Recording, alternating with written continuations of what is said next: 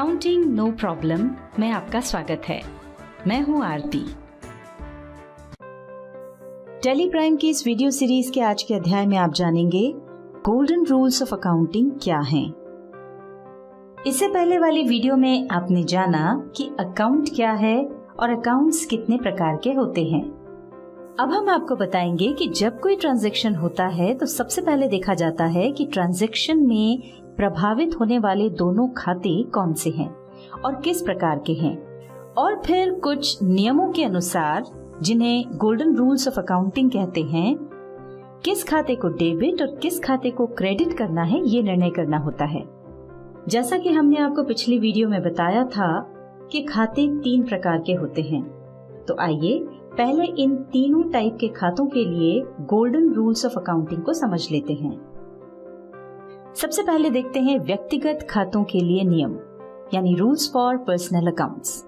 ये नियम है, पाने वाले को डेबिट करो, यानी डेबिट द रिसीवर, और देने वाले को क्रेडिट करो, यानी क्रेडिट द गिवर। वास्तविक खातों के लिए नियम है, जो वस्तु व्यापार में आए उसे डेबिट करो, मतलब डेबिट व्हाट कम्स इन, और जो वस्तु व्यापार से जाए उसे क्रेडिट करो, यानी क्रेडिट व्हाट गोज आउट।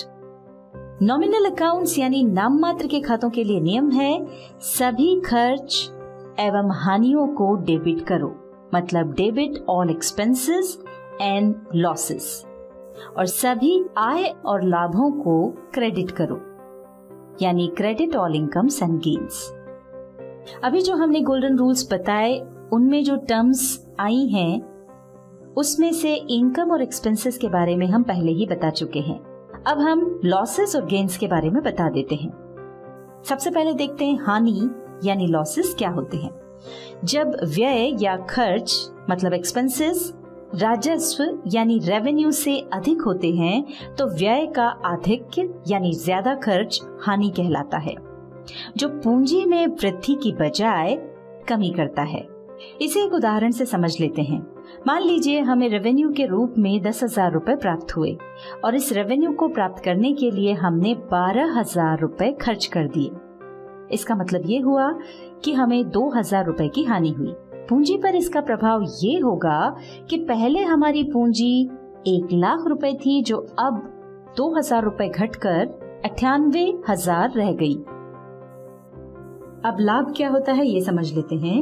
जब राजस्व यानी रेवेन्यू व्यय यानी एक्सपेंसेस से अधिक होता है तो राजस्व की ये जो अधिकता है वो लाभ कहलाती है।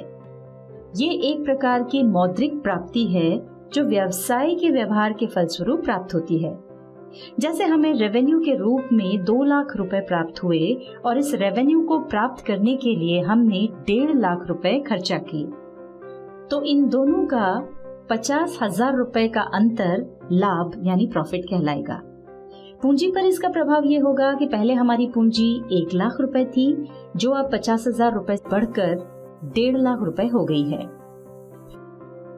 अब देखते हैं आमदनी यानी गेन्स क्या होते हैं। हमारे मुख्य व्यवसाय से प्राप्त होने वाले राजस्व को छोड़कर यदि कोई अन्य राजस्व प्राप्त होता है तो उसमें से मूल लागत कम करने के बाद जो बचता है वो गेन कहलाता है। जैसे हमारी कोई संपत्ति जिसका बही खातों में 8,000 रुपए मूल्य था, उसे हमने 10,000 रुपए में बेचा, यानी हमें 2,000 रुपए की प्राप्ति हुई। ये जो प्राप्ति है वो आमदनी यानी गेन कहलाएगी। तो यहाँ आपने देखा कि आमदनी में राजस्व में से केवल कॉस्ट घटाई जाती है, जबकि लाभ निकालने के लिए राजस्व में से मूल लागत के साथ अन्य खर्चे भी घटाए जाते हैं। अभी आपने इस वीडियो में गोल्डन रूल्स ऑफ अकाउंटिंग के बारे में जाना।